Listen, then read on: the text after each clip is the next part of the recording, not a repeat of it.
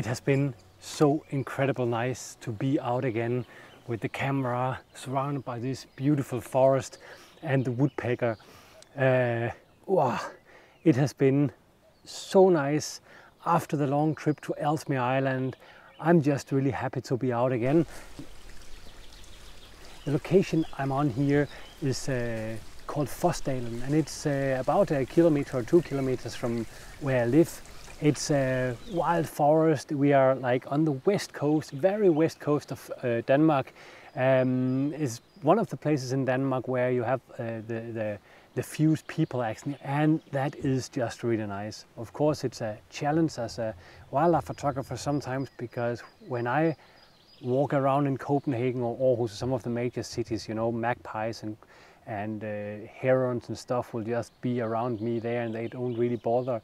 The moment I come up here, you know, all of you wildlife photographers will probably know when you're a place where they're not used to see people, when you slam your door on the highway, you know, or on a little road, the grey heron will like take off a kilometer away, and the cranes will like, it's so hard.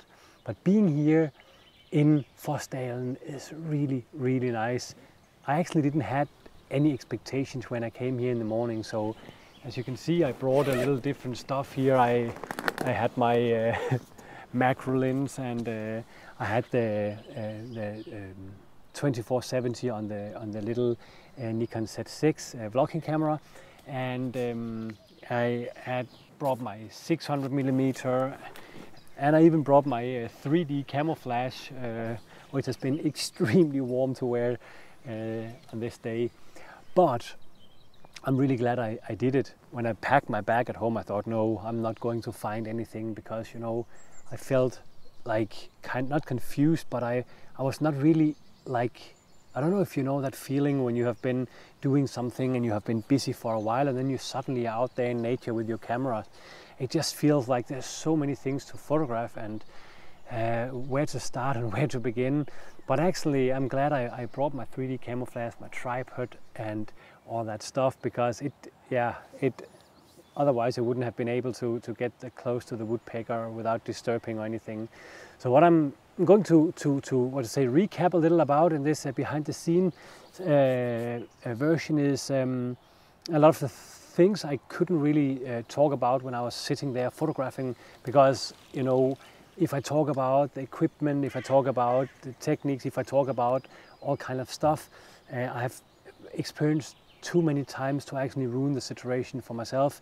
And I would rather, when I photograph, concentrate on the photography, and then here afterwards I can go into some of the details, some of the things I would like to explain.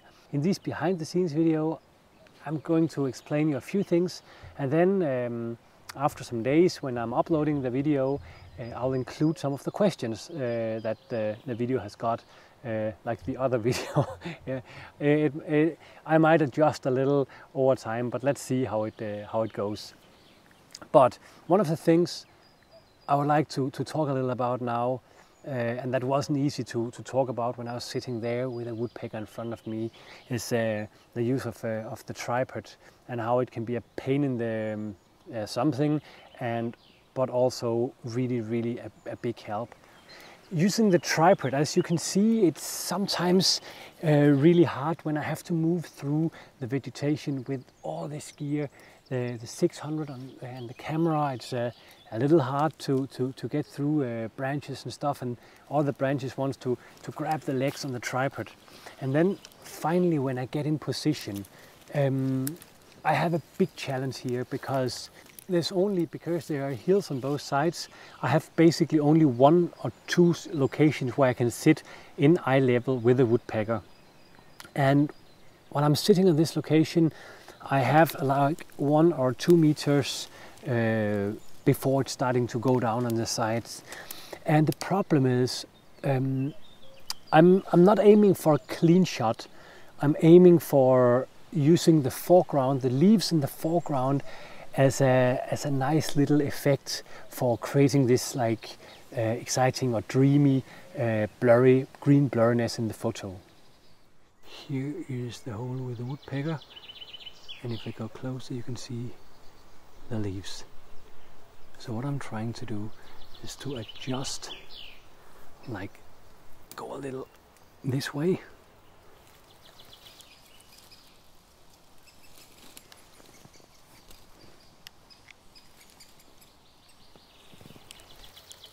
See, to here, so that I can, if you see there, I need to get a little more down and a little more to the right.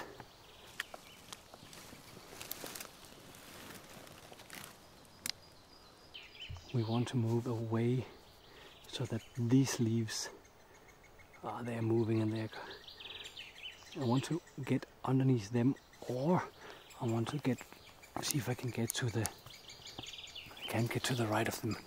It was really hard to get in position, because as the wind moved the trees and the branches, even though like I tried to photograph through some leaves and I found the perfect spot where it was blurred all around the woodpecker, the little hole in the tree, but then the problem was as soon as the wind came, it would move the big branch and then it would cover like the whole picture. And I really struggled with that. And I did get quite a few good photos there, but then the leaves like came in, and while I don't need it to be super clean, I was just like, if the one part in the picture that was covered with leaves was the place where the woodpecker was sitting, I didn't really like it that much. But yeah, that was a challenge. And here comes the tripod, because I really like to shoot handheld with the 600, just because on this one I can easily sit when I have support like this, and then I can sit and I can wait, and the moment the woodpecker come, I can go up and photograph.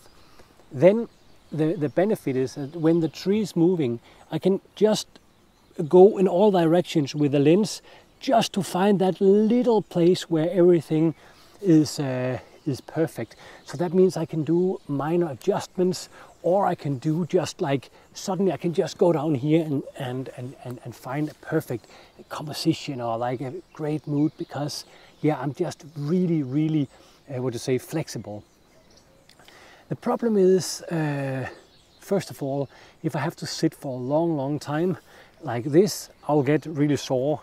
Second, and the most important, is when I'm shooting video, as I did when I was sitting there watching the woodpecker, I was shooting video and switching from photos to video and the other way.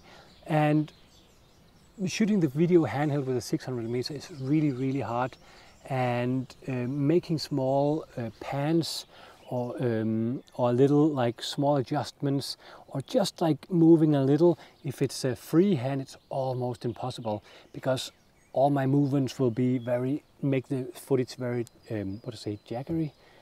Anyway, so here the tripod really comes into play, and that is why I'm using it. Another thing is, when I have my camera on the tripod, it will let me make small adjustments with the photo, like the composition. If there's just a branch on one side and something on the other side, when it's handheld, I cannot hold it so still. I can use the tree as a support or a branch or something, but the tripod gives me better control. But that's also why you will see me, sometimes I'm working with a tripod and sometimes not. And yeah, I'm using the video head here because it let me support the big telephoto lens, and at the same time it gives me some really smooth movements, like especially when oh, that was definitely over tightened.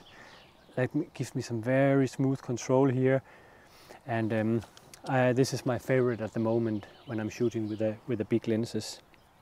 Another big challenge I think was the composition, because I had this tree with a little hole in it, and I would often when the parents came up, they were pointing to the left in the photo, and the little young was pointing either like an angle to me or towards the parents.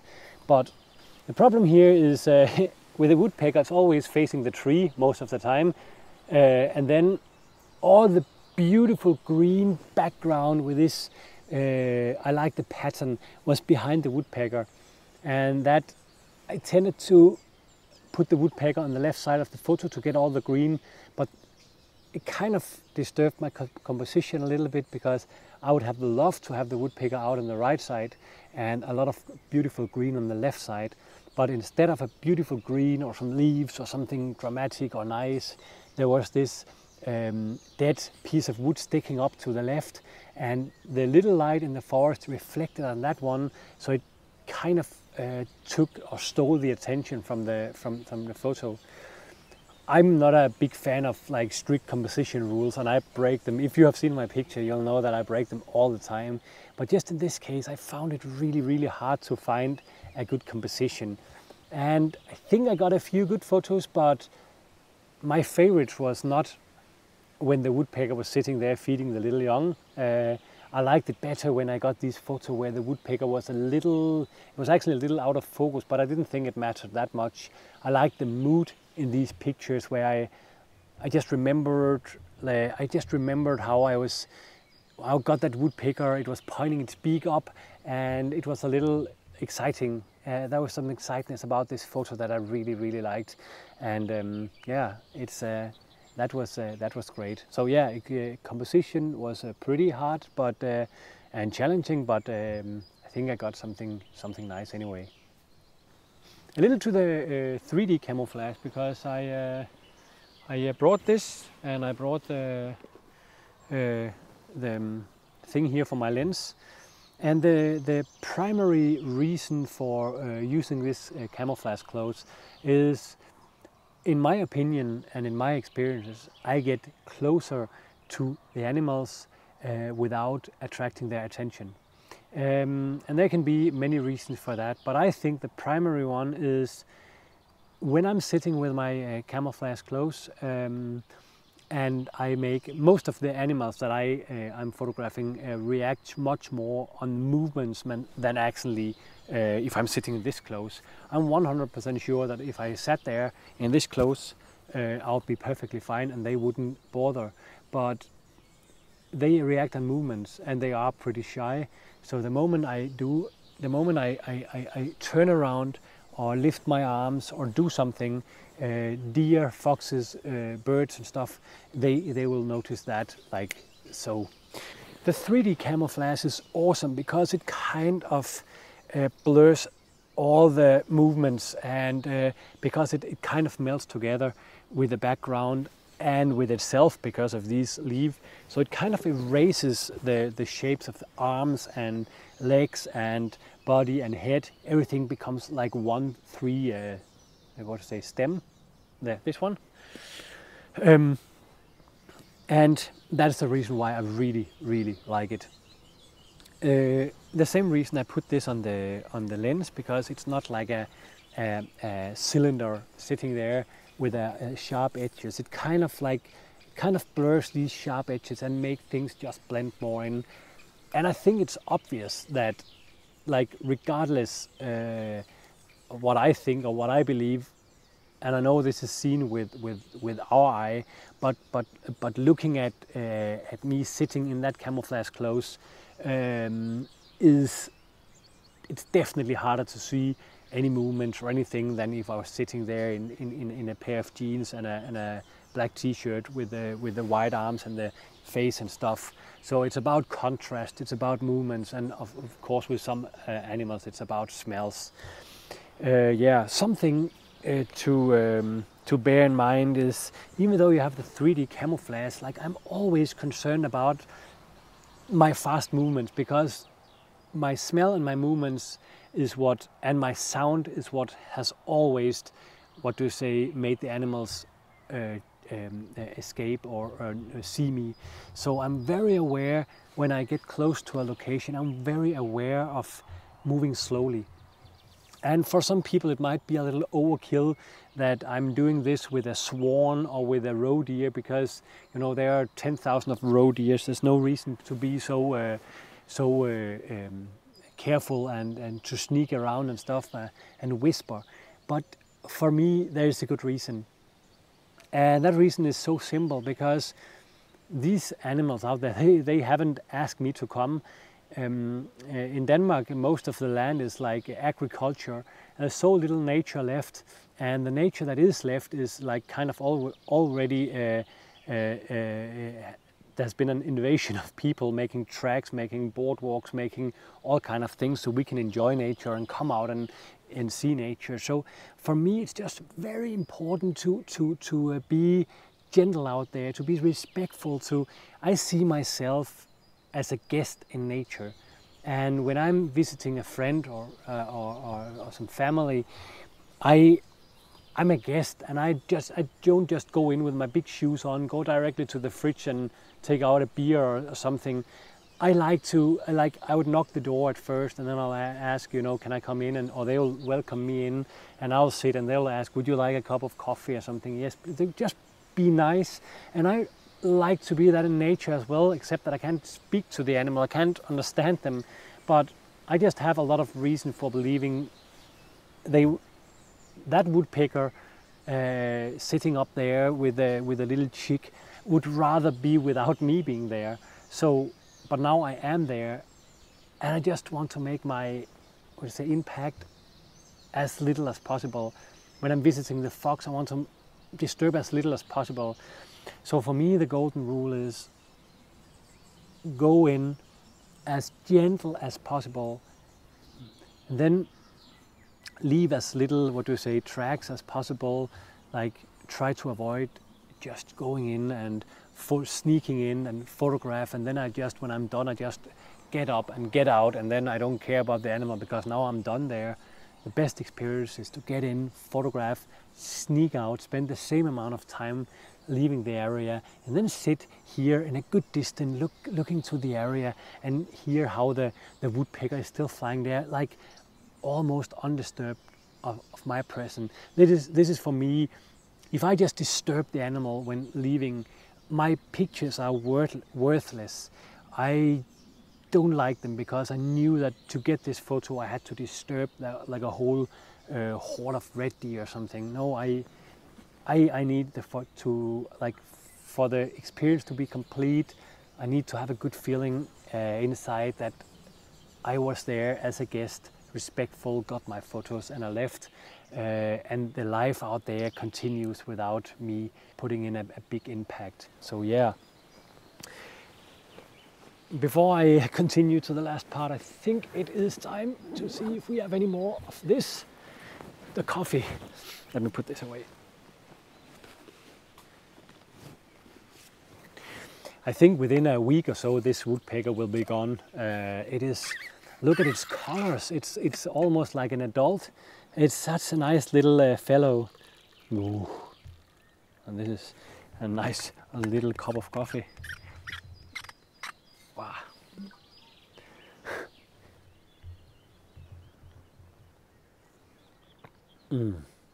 It's so good.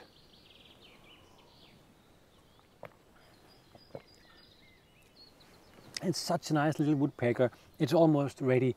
And at some point I was sitting there wondering, why is there only one woodpecker here instead of like a whole bunch?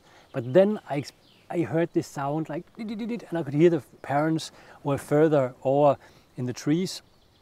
And then I looked up and I could see first one little woodpecker and then another one. One jumped away, and then so there was at least 3 of them. One thing I don't understand though, when I come home, I want to look into that, because they're making such an incredible noise, these small woodpeckers. And if I was a weasel or what's it called, martel, the one with a brown with a white here. Oh, my English is not so good. No, but if I was one of these predators that could climb up, like, I would just sit out there in the forest, listen for that sound, and I knew, nice. There's a nice little lunch pack up in that tree. So I don't understand, like, I feel most chicks that are on the ground and easy to get for predators, they do not make such a noise. But apparently these one are making a lot of noise. You could hear it like almost when you entered this forest, you could hear it far away. So that's something I would like to look into. Why, how comes that they're not eating all of them? Because it must be a good little snack for a predator. Yeah, it has been such a privilege to be out here in this beautiful nature, and just having this forest so close to where I live is just phenomenal. What I want to do now is just go home, back home, and then in a few days from now I'm going to read all the comments and go to the studio and try to answer as many as possible. And yeah, I hope that will help a lot of you out there with some of your questions. But yeah, it's time to pack and get home. So yeah.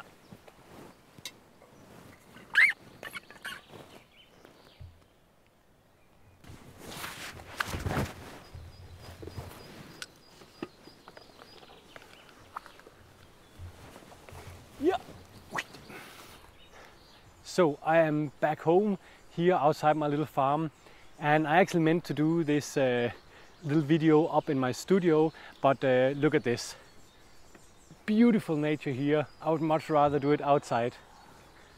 So what I'm going to do now is I'm actually going to sit over next to the little fireplace, and then I have read through all these wonderful comments, and I've just selected a few questions I want to answer. But first I just want to say it's a few days since I uploaded the video with bird photography from the forest, and like of course I'm proud that I have got a lot of subscribers, but what's much more important to me and what makes me much prouder is reading these wonderful comments. I mean, I don't think anyone has a better audience on YouTube than me, because going through all your compliments and encouraging comments is just really, really nice, and it means so much for me. So yeah, I just want to say thank you to everyone. And just because I haven't answered your question doesn't mean that I don't care about it. It's just I have to put a limit on it, and then I will probably answer in another video. But yeah, look at here. I have just lined up for, oh, look at that. Now it's not bird photography, but look at, it's one of my chicken.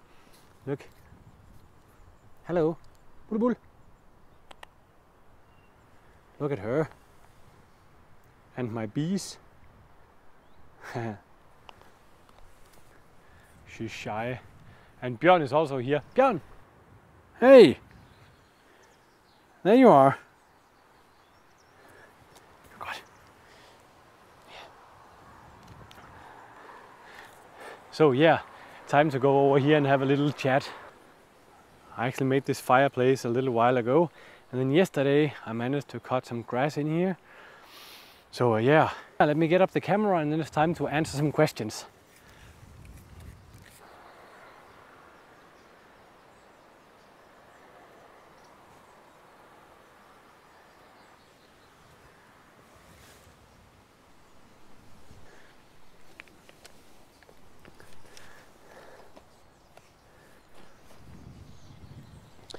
So one of the questions I've got is like, why do I have duct tape on the viewfinder of my camera? And you can see now I actually have the correct one here, the rubber one. But as you can see in the video, I have tape around. And the reason for that is when I was out in Ellesmere and when I was on Dovrefjell, I had a huge problem with this new design Nikon has decided to do. Let me see if I can get this off. Whoop. In the fire. No. On my D850 and on the D5, I have the lens out here, so I can easily wipe out snow, rain, everything, ice when I breathe in the cold. But with the new design, it's hard. First of all, hey Björn.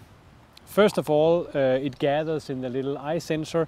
Second, it's gathering in here in the little hole, so it's just impossible to get clean. So therefore, in these circumstances, I take this off and I put tape around, and I don't really need this one. It's mostly for comfort, I think. So yeah. Another thing is on that camera. This camera is new, but this little battery thing has broken on the Z7 and the Z6 I brought to Ellesmere Island. So that is just incredible bad made, this little guy here. Really, like on a camera this level, this is like, I mean, I don't know what to say. It's a little like these small toys you get inside, kids get inside a chocolate egg or something, and then they can, or at McDonald's, and then they can sit and gather that and play around with it. It's like the same quality this is made of, I think, but nevertheless, it's just to repair it then. So what I did was to put a duct tape here, and it works perfectly. So no complaint from here. So I think that was the first question. I'm also asked about the brand for the tripod here, and this one is and for the head. The head itself is a Manfrotto, and yeah, you know all these numbers. It'll be easy. It was called ball head number 1 and 2, but this one is called MVH 502AH. I'll put it below in the description, the number here. The tripod is an old Gitzo 3540 LS with you know, 4 sections. And the reason why I'm using this is like I like it to be quite short, and I like it to be lightweight, and then with the neoprene things on, it's pretty good. And I remember when I got the tripod and I had to pay that price. Wow, I thought this is crazy. Why pay so much for a tripod?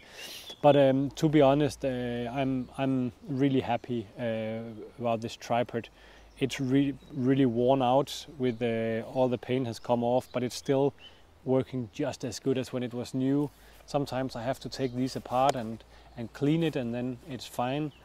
And then you can probably see this guy is a little different. It's an adapter I have put, and the reason why I have this is it can run in a little ball, and that is because sometimes when I need to quickly set it up and then it's a little out of level, I can just correct here, and that makes the video panning better. So that is just like an extra thing I have made. So yeah, and the little blue tape here is because when I'm using the 600, I have a little piece of tape on the lens plate as well, one of the lens plates, and then I know I put it here when it's with adapter and here without adapter, so it's balanced on the head. Yeah, so that was tripod and tripod head. Then I've been asked why I don't use the silent shutter in the Z6, and that's a really good question.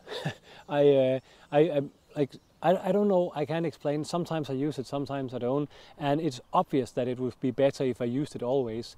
I think it's just my transformation from my like DSLR to like a mirrorless, that I kind of like the sound, maybe some OCD stuff, I don't know, but I just really like the sound, and it's very low, and for the woodpecker it didn't really matter so much. But I'm sure with the fox and the deer, I definitely have to remember. It's actually in my custom setting, so I can switch it on and off fast. But it's a very good question, and I don't have a better answer for that. So yeah. Okay, and then it's time for the camouflage clothes here. A lot of questions about that. It's a Deer Hunter Sneaky 3D, it's called. I've put a link in the other video, and I'll put a link in this video as well. It comes with Björn is sleeping on the camouflage. No, it comes with I think it came with the trousers and the jacket, and I think the hoodie came as well. This hoodie I can take over, and I can't remember if I bought the gloves separately, but they are really good, especially because the hands are always faffing around. So yeah, I'll put a link to that, and I really like it. It's very silent. Am I alone when I'm out shooting my videos? Yes, I am. All my videos are made just with that camera or another camera or my GoPro or something. So yes, I'm alone out there. It would be really nice to have a cameraman running around, so I didn't have to put up the camera. But I really like being out there alone, and when I'm photographing wildlife, I find it extremely hard to get in the right mood when I have other people around me. So yeah, that's why it's a little solitude. I prefer to be out there alone and just concentrate on the wildlife. And then it's nice with a little camera there, because it's easy for me just to set it up or hold it in my hand. And when I don't feel I have the time to do it, or the moment is too, like, what to say, short or fragile, or I need to photograph, and then I just don't turn it on. So yeah, that's easy. But yes, I'm alone when I'm out there. Yeah. To the camera settings, like, first of all, is the autofocus good? No, it's really not good. It's like, the video autofocus is much better than what I have been used to. For the first time with the Nikon camera, I'm able to actually track a subject in video mode, as long as it's not like super duper fast. And this has really changed the way I work with the camera now.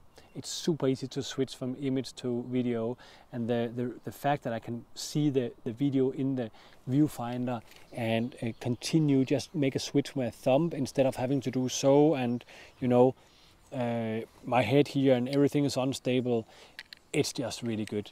But for the autofocus, for the stills, it's the continuous autofocus is not as good, and I really hope it'll improve. Without talking too much about that, on Ellesmere Island, when I was photographing the only fox I saw on the whole expedition, when I was photographing it, I had to change the Z6 with the D850, because the tracking performance on this one simply just couldn't nail any photos. I think I got 1 out of 9 that were sharp or something. It was too low contrast, it was too slow, it was just not reliable and just not good enough. And yeah, it's just not there yet. But it's good enough for me, and I think I will I think they will get better at making it, and I think I'll get better at using it and know its limitations. And I think 90% of my photos are not of like fast moving subjects. I'm not really 100% happy with the autofocus yet, and I'm still trying a little different settings. I'd rather wait with going too much into details about camera setting, option settings, autofocus and so on. But what I do use a lot is the U1, 2 and 3, so that I can have U1 for quality priority, meaning that I have a slower shutter speed. U2 can be for faster shutter speeds with an automatically higher ISO, so that when the bird is sitting still, maybe I use U1, suddenly something happens and I quickly switch to U2 to get a faster shutter speed. U3 can be maybe a slow motion video or something like that, so I use them a lot. Yeah, I think that was it for the camera. Last thing, the Expedition Ellesmere video. I know a lot of you are waiting for that, but I just need some time after the expedition to like settle down, going through all the footage, and then at some point I'm going to make 1 or 2 videos from that trip, and I'm really looking forward to it.